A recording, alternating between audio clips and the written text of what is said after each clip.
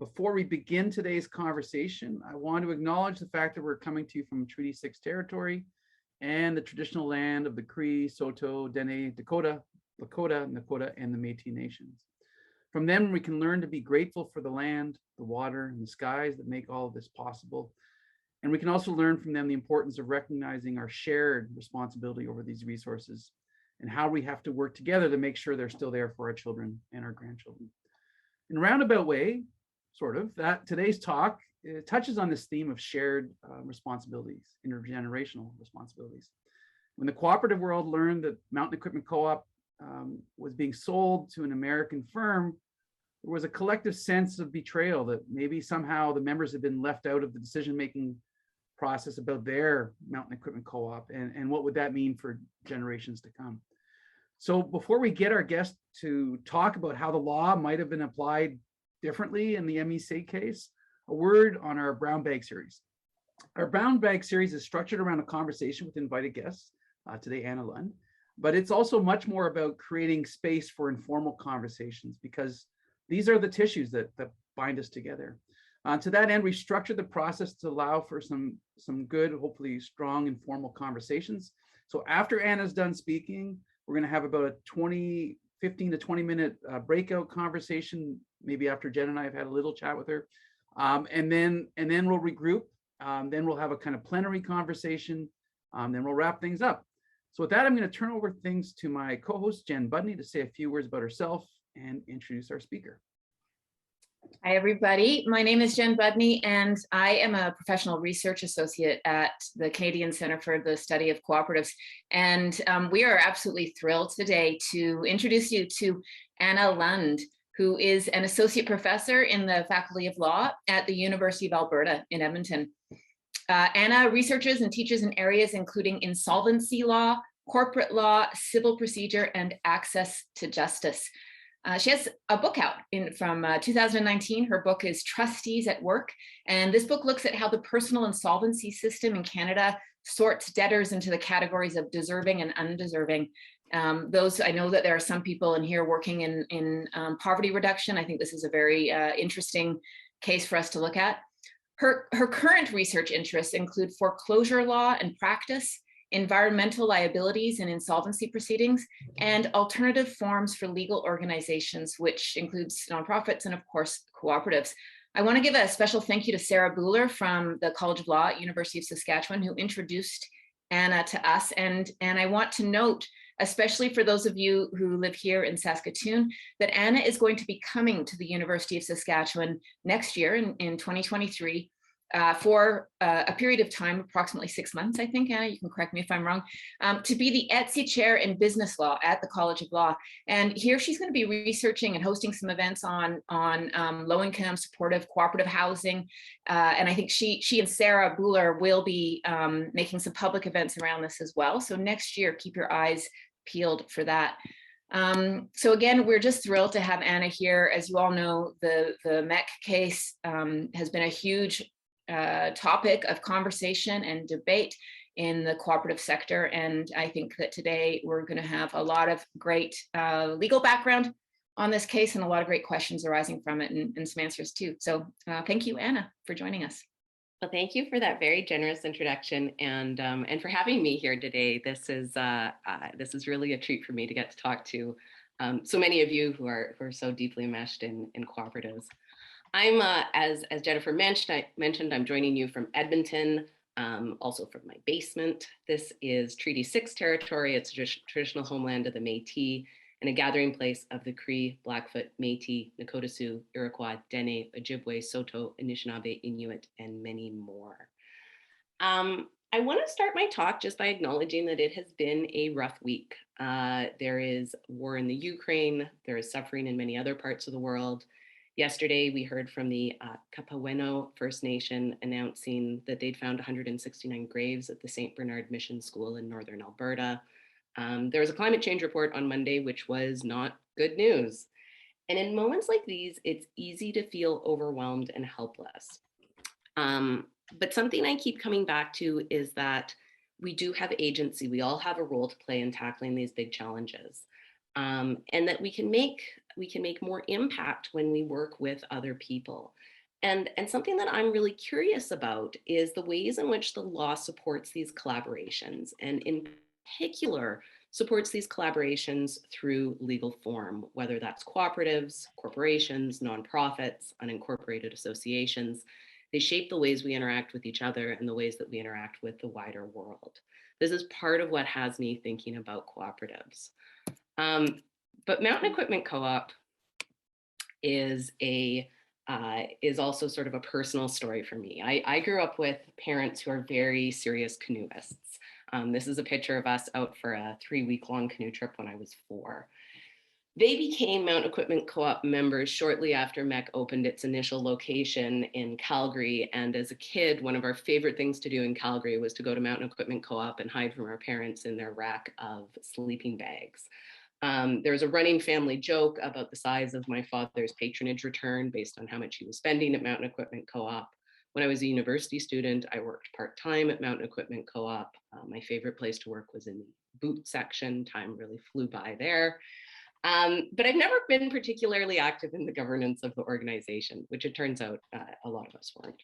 So I was surprised in September 2020 when I read that Mountain Equipment Co-op had applied to start Company Creditors Arrangement Act proceedings. I will probably be calling that CCAA proceedings as we go along. And that it would be selling off its business as part of the sale. Just sort of a brief overview of what happened. By the time they started insolvency proceedings, they had already negotiated the sale of the business. They applied to court to approve the sale. Nobody found out, I mean, outside of sort of the inside circle, nobody knew that insolvency was on the books until they made an application September 14th of 2020. And then the approval hearing for the sales transaction started 2 weeks later on September 28th. It was opposed. There were a group of Mountain Equipment Co-op members who asked the court to delay the sale for 2 weeks to give them some time to investigate if there were other options. There were a couple of interveners from the cooperative section who got involved and were concerned about the lack of consultation with cooperative members. Those challengers were turned down and the sale was approved. So I come at this as an insolvency scholar, but also somebody who is keenly interested in different legal forms.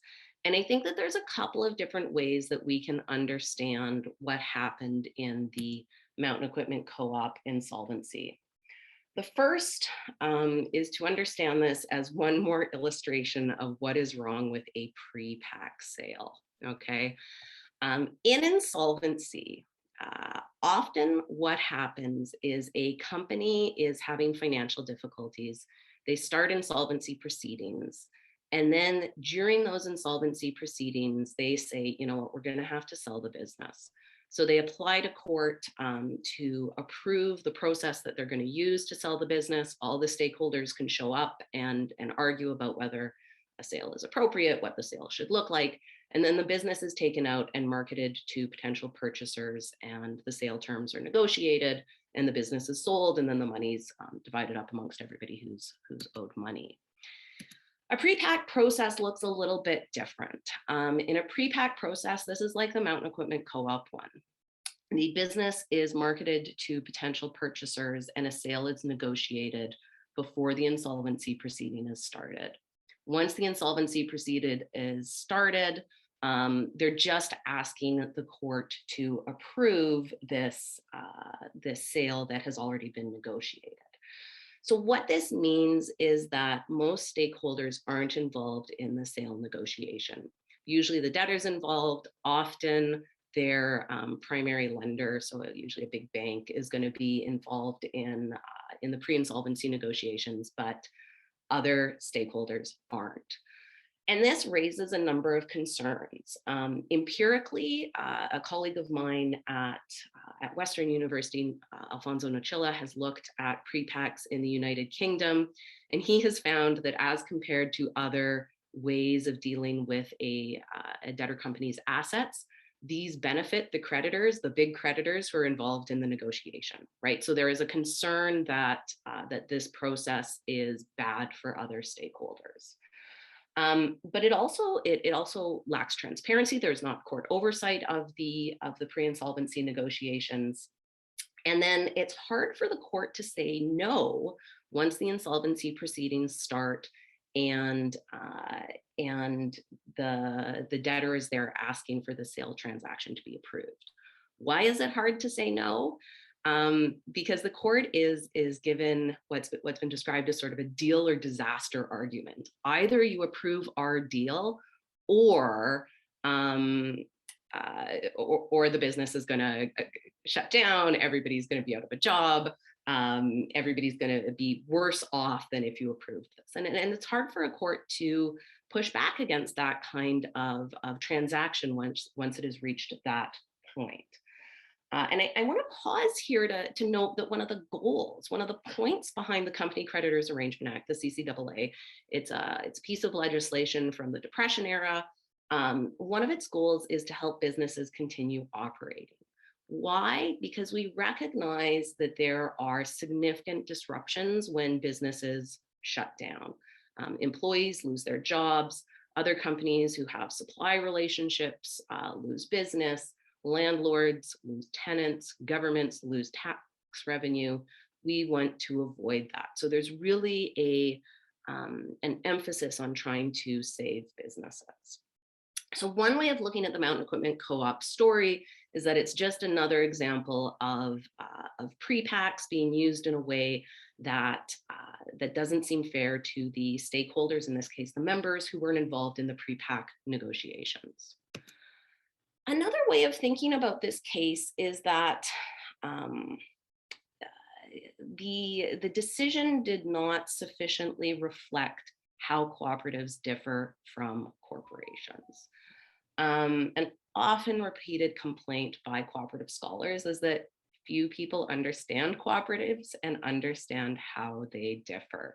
So I've got up here a couple of sort of the key differences between corporations and cooperatives. For you guys, a lot of this will be pretty straightforward.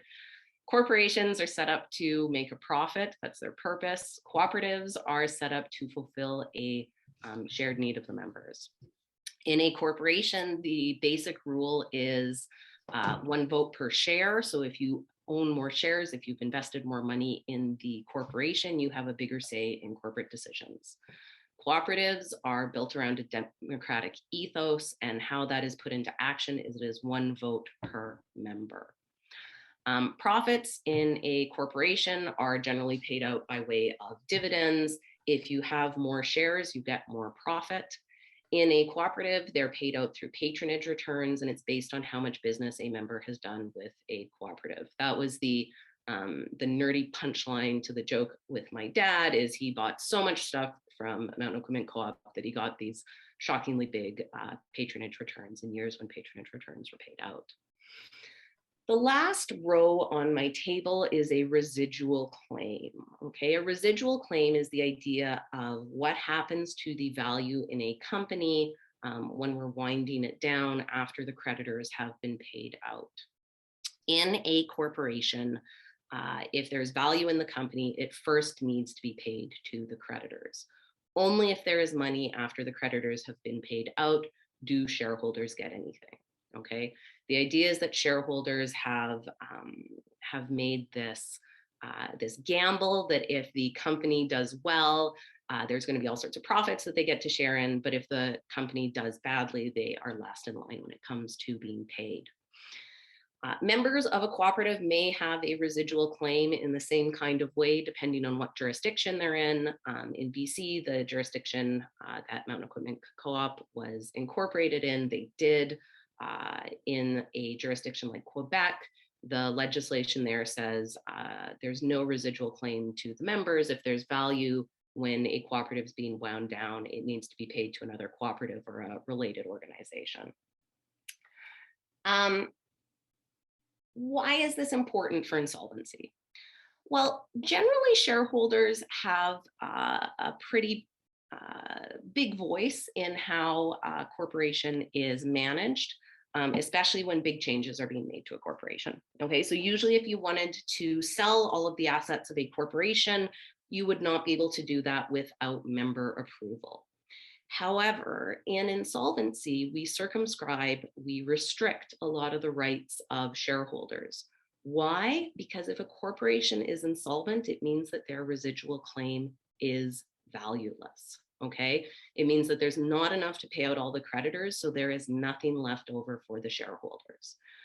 The concern is that if you give the shareholders a voice, if they're able to dictate what happens in an insolvency proceeding, they might use that to pursue high risk gambles. Okay, why? Because if they push the company towards a riskier path and it goes badly, they're not in any worse of a position because their residual claim was all valueless. But if the gamble pays off and the company recovers a bunch of value, there may be some money left over for the residual claim. So to prevent that kind of risk taking by shareholders, we circumscribe their rights in insolvency. One of the ways that we circumscribe the right is we say, usually your ability to have a say before all of the assets are sold off, that is going to be taken away. Instead, if the debtor company wants to sell off its business, it has to get court approval to do so, and the court needs to be satisfied that that sale is fair. So my reading of the Mountain Equipment Co-op CCAA proceeding is that what happened is the court equated members in a cooperative with shareholders in a corporation and reached the conclusion that the members should not have a say because their residual claim was valueless, because there was nothing left over to pay them out if the company was wound down. But this fails to reflect the way that members are differently positioned than shareholders. They have an interest in a cooperative as users of it. Here we had members who wanted access to ethically sourced, affordable outdoor goods. In other cooperatives, we have members who rely on that organization to fulfill even more fundamental needs. Places of work, housing, groceries in remote areas. The stakes are going to be even higher in those cases. There's also a question here about the right of members to organize their economic lives according to cooperative values, including that democratic principle that is built into to the legal form of the cooperative. And so my reading of the case is that there wasn't sufficient weight put on that interest as well to respect the autonomy that cooperative members had, the choices that they've made about how they want to organize their economic lives. I do think that there was room for the court to consider this. One of the arguments that the members made was that it was oppressive to allow for the sale of the cooperative's business without consulting the members. Oppression is a remedy drawn from corporate law. It's engaged when somebody's reasonable expectations are violated in a way that is unfair, okay? One of the things I want to flag is that what expectations are reasonable in an insolvency are different from the expectations reasonable outside of insolvency. Why? Because when a company is insolvent, when there is a concern about that company being able to survive, we allow companies to do things that they would not otherwise be allowed to do to save themselves, to prevent those economic disruptions that we're trying to prevent by liquidating a company, essentially. That said, I do think that there's an argument here that members had a reasonable expectation to be involved to a greater degree than they were, and that it was arguably unfair that it disregarded their interests to allow for such a fundamental change to a cooperative, to a democratically governed cooperative without giving them some kind of role. And I also want to note here that the members were not asking for a veto. They were not asking to make the sale contingent on member approval, like it would be outside of insolvency. They were just asking for 2 weeks to try and find an alternative solution, which is really quite a tailored ask. And I think that the court could have made an argument for giving it to them. I flagged section 36. This is the legislative section that actually governs when a debtor company applies to approve a sale that's been negotiated in a pre-pack situation. And there's a number of different criteria the court is told to look at, including whether the process leading up to the sale was reasonable and the effect of the sale on all creditors and interested parties. So there is scope in the statute for the court to consider the members and the fairness towards the members. So when I'm thinking through what could have gone differently or what could be done differently in future cases, I find the work of Janice Sarah helpful. She's thought about the role that we can give to other stakeholders in corporate insolvency, whether that is employees, the government representing the environment, First Nations communities that are affected. And she suggested 4 different ways that we can enhance the role of these stakeholders. And these are 4 ways that we could enhance the role of members. One would be to provide them with notice of steps. In a pre-pack situation, that doesn't really matter because there's such a short period of time between the start of the insolvency proceeding and when that approval is asked for. Disclosing relevant information. This was a concern in the MEC CCAA. There was information about the sales transaction that the members were not being provided. Enhancing participation rights. The MEC members had asked for a lawyer to be appointed to represent all the members, to be paid for from the MEC assets. That kind of representative counsel action, I think should be seriously considered by courts. And then enhancing the decision-making rights of members. One thing that I've been coming back to, and it would be difficult for a court to impose this, but it would be open for a cooperative to do this. If a cooperative board is looking at a pre-pack, and there are some reasons why a pre-pack sale may make more sense in terms of marketing a business without letting people know what sort of difficulty it's suffering from.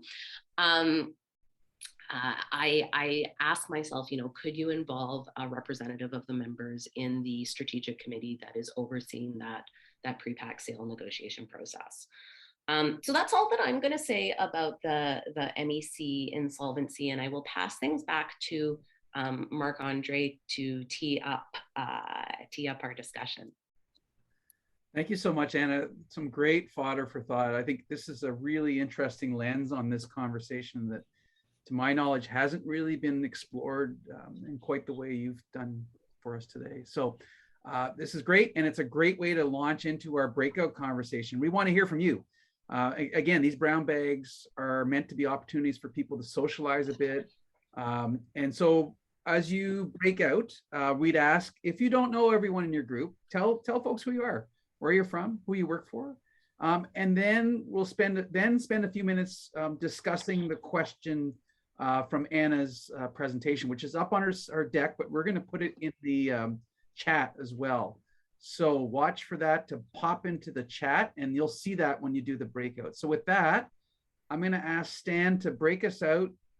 Marc-Andre, I just want to add, if everybody in your breakout room, choose one person to be a reporter back, perhaps, and then we'll just go around and see what people discussed when we come back to the larger group. Sure. Yeah, good idea. So we'll break out for about 15 minutes, and we'll regroup at 12:45.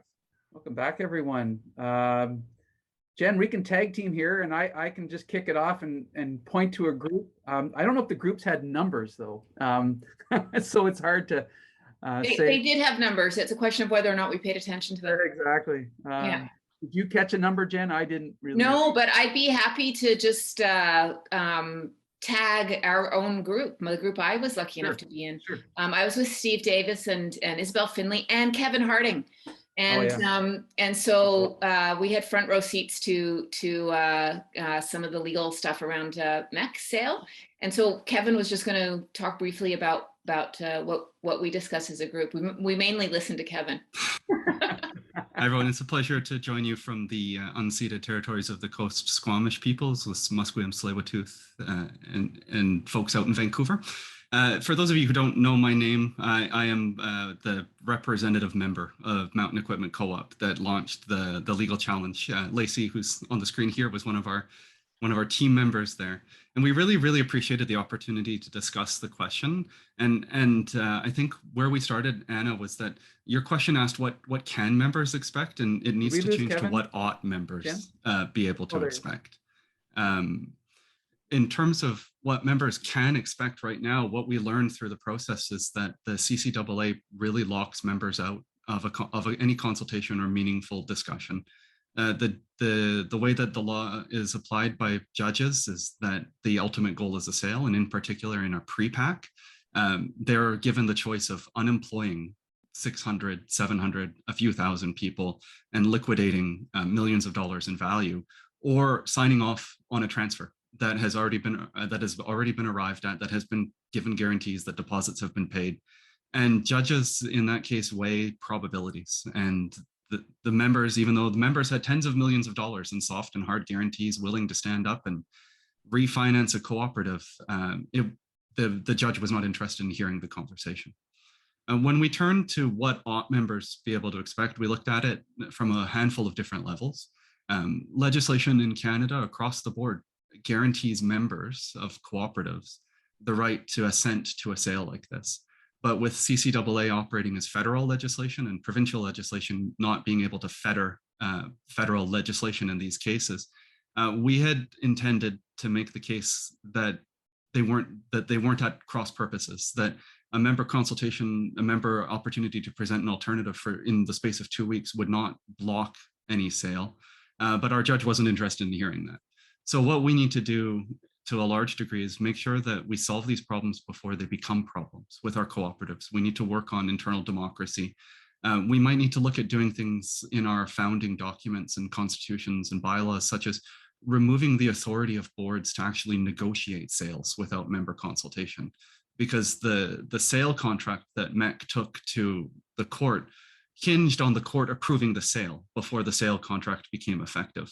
So they didn't violate any provincial statute. They just did a negotiation and asked the court to sign off on it. But they all had to sign statements that said that they were authorized by the cooperative to do this work. And if we could think about things like that, removing them from that power, it would change some equations to some degree. There was a lot of discussion about changing the CCAA and potentially recognizing that cooperatives are different legal entities and should be treated differently. That's a valid conversation to have. One thing that we know and that we looked into and discussed actively was whether or not that would remove the appetite for lenders to actually lend to cooperatives if a sale couldn't be forced when insolvency became a reality. So that needs to be approached with caution. But in general, what we landed at was the need to recognize that our cooperatives are built by members, and that engagement needs to start at the cooperative level before it ever gets into the court level. Wonderful, thanks, Kevin. Trace, Anna, do you have any reaction to that? I think, were you in the group with Kevin? So you probably. No, okay. I wish. Nice to meet you virtually, Kevin. I've spent a lot of time with your affidavit evidence. I think those are all really good points. My group also really focused on the fact that these are problems that are better addressed before you get into insolvency.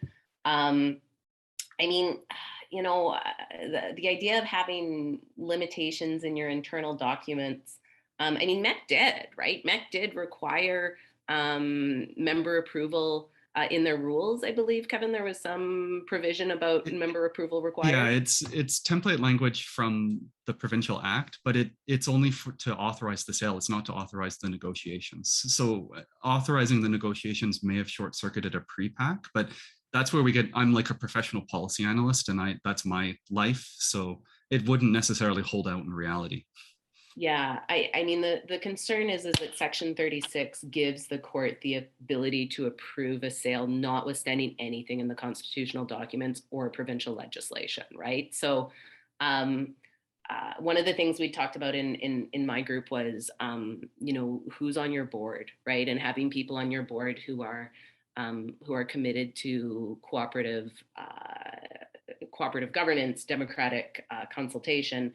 And also Jill in our group, and sorry, Jill, I'm forgetting your last name. Jill in our group said, you need board members who view members of the cooperative as strategic partners, as opposed to just sort of like customers plus shareholders, right? Which is very much the sort of how the court was thinking about it through the corporate lens. The last thing I'll say, because I want to hear more from the rest of you, is that part of what made it really easy for the court just to say like, oh, members are shareholders, is how the CCA is written, right? As it says, and shareholders and corporations, and then it defines those two terms to also include cooperatives and members. But when you're applying the legislation that says, oh, they're shareholders, I think it makes it easier to sort of align to those two categories. Thank you. Thanks, Anna. I feel like we could have just let the two of you go back and forth for a while, but we'll turn to the broader audience. Maybe I'll tag Tracy because she was our spokesperson for our group. So Tracy, if I can. Sure. Thanks. Yeah, I could totally just listen to Kevin and Anna until the end of this meeting. We talked in our group just about maybe just some of the aspects that led to this and what we thought was quite fascinating with MEC being a cooperative and then where it ended up. We talked about membership and I just was curious, Anna, too, if the courts look at membership as ownership, because it is so distinct. It's not just a shareholder, but it's like you applied for selling the business, but you forgot to tell the people who owned it. So if they think of ownership being an inherent part of membership. And the board was the representatives of the owners, and in that way, really didn't engage. And we wondered, were they forced to make this sale? We did reflect that it seemed like the directors, when looking at who was on the board, didn't have, they were very good at business maybe in their profiles, but not necessarily on, the characteristics of a cooperative enterprise model. And we've heard too that it was difficult to get on the board. So not just any member could get elected, but they were looking for a very specific skill set in order to become a director. And the approval really meant that the Royal Bank got their money back, right? So like when we've reflected on what was the risk was that the bank wasn't going to get their money, but they did. So was that driving it? So because the members didn't get anything, but the bank got the money that they were owed. And then we reflected on too that Matt could have been banking cooperatively, but chose to bank with one of the big five. There was a lot of other stuff, but I know that there's other people to talk. Thanks. Thanks, Tracy. Who wants to weigh in next? I'm afraid I don't know what the other groups were who was in the other groups, but I'm sure you all know. So maybe somebody could step forward and put their comments on the table. Yeah, go ahead, Dave. Yeah, a few takeaways from our group, similar to what Kevin and where's her name, Tracy talked about. We had similar things, which is that are the elected board members representing the members' interest, and this is more time I thought, did we make a mistake in allowing it to become a process where board members were hired for their tools? Like, hey, I've got a strong business background, as opposed to who's the leaders that are going to be listening to it. Another thing, and this is, Kevin, I'm sure you're aware of this. We haven't talked, but I've followed you for a while. Something I've noticed in our group, we really do need to do some more debriefing. And with all the, excuse my expression, all the stuff that's going on in this world, all the crap, it's taking a lot of people's energy and time, but we want to put this on the side of our desk, but we can't take it off our desk. And when the time is appropriate, especially maybe when the emotions are still driving along with everything else that's going on with democracy, we need to bring this one back up, because I think there is a lot of members, at the very least, they want to be heard. And I still call them members because that's how I see myself, that's how others do. And it's worth it to have some chat sessions where we just socialize and talk, because that's it. Second thing, a takeaway, one of our group members is not from the MEC, but they had a similar story on a smaller scale about a co-op that kind of lost its way in some ways, a section of the membership that was maybe either disengaged or apathetic. So then a select group attempted to revive it, but in the end, it didn't succeed. But that's an interesting idea of that separation between the larger membership and then special interest groups. And when I say special interest, I don't mean that in a negative way. It just means that a certain group of people have persuasion, they have influence, and they do sometimes have power to drive it. And they mean well. That's the scary thing. They mean well and they want to do the right thing, but in the greater scheme of things, it turns out maybe that wasn't right. But anyways, that was some of the takeaways from our group. Great. We have 6 groups, so that means we have 3 more to go, but we don't necessarily have to touch on every group. I'm curious if Anna or Kevin have, but especially Anna, do you have any reflections on what you've just heard? And then maybe we can go to one more group and call it a day. I mean, the question of where you're getting your money from is a big one. The International Cooperative Association has guidelines on that, and then they say that sort of the bank should be low down the list. You should be looking to your members. You should be looking to credit unions, other cooperatives first. And you know, Marc-Andre had started off by talking about intergenerational obligations, and that's part of the question with cooperatives, is that you have built this enterprise up over and now I'm blanking, I think it was 50 years with Mountain Equipment Co-op.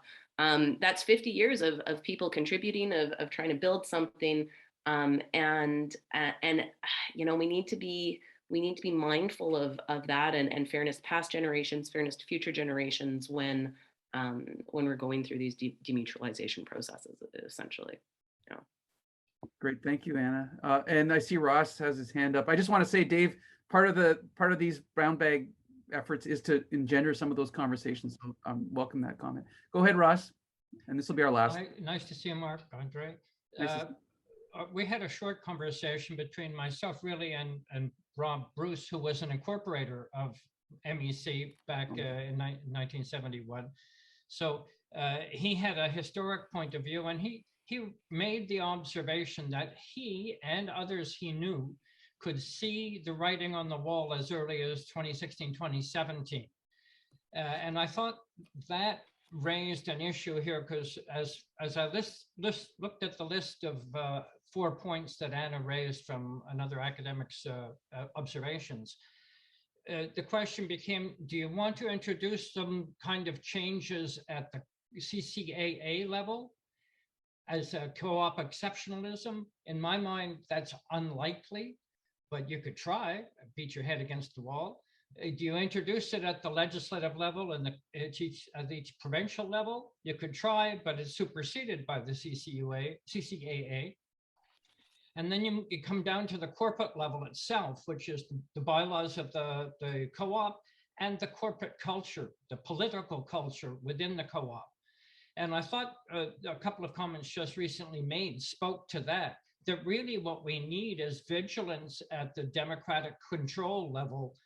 And that's probably the starting place for the lessons to be learned. So I'll leave it at that. Thanks. That's a great place to end things, Ross. Thank you so much. And I see Aaron had put something in the chat. Aaron Hancock, I believe it was you, Aaron. I hope I got that right. About a course that does some of that. Our center also does some of this, and along with the Cooperatives First here in Saskatoon. So this is an agenda item, I know, for the research centers and CMC and other places as well. And I think that's a really good point. Anna, any last words, and then I can wrap up, or Kevin? Maybe I'll start with Anna. Anything you'd like to add, Anna? Have I just thrown my slides up again? Yes. Perfect. Okay, well, I will just end with this because one, it's a cute picture of me as a 4-year-old paddling. But two, there's my contact info. So if you have other questions, if you want to reach out and chat, I would love to chat with any of you about this. So I will end there and pass things back to you, Marc-Andre. Okay, great. Kevin, did you want to say a quick word just in closing? Anything you want to add? Sure, Marc-Andre, I think that the key message that we're ending up, especially as Ross so eloquently put it, is that we need to look back at how we govern our co-ops as the starting point to solve this problem. In my group, I explained to them that I'd served on the board of a university. I was, I had a master's degree, worked in the cooperative sector for a while, but based on the rules of Mountain Equipment Co-op, I would not have been eligible for election to their board. And that's an indication of where the problem might have started. And democratic vigilance got us there. So we need to step that effort up a lot. And in particular, I know the Center for Cooperative Studies at USask working on things like act reviews to support the government of Saskatchewan in refreshing the Cooperatives Act. That's where we as cooperative sector participants need to start to make our stand. Music to my ears, Kevin. Thank you so much. Thank you everyone for your kind attention to Anna's talk. It was fascinating, and I feel like we could have easily carried this on for some time to come. But do watch for our next brown bag talk. It'll be the first Wednesday of every month, except for the summer. And we'll be announcing that very soon. Stay tuned for that and have a great rest of your day, everyone. Take care.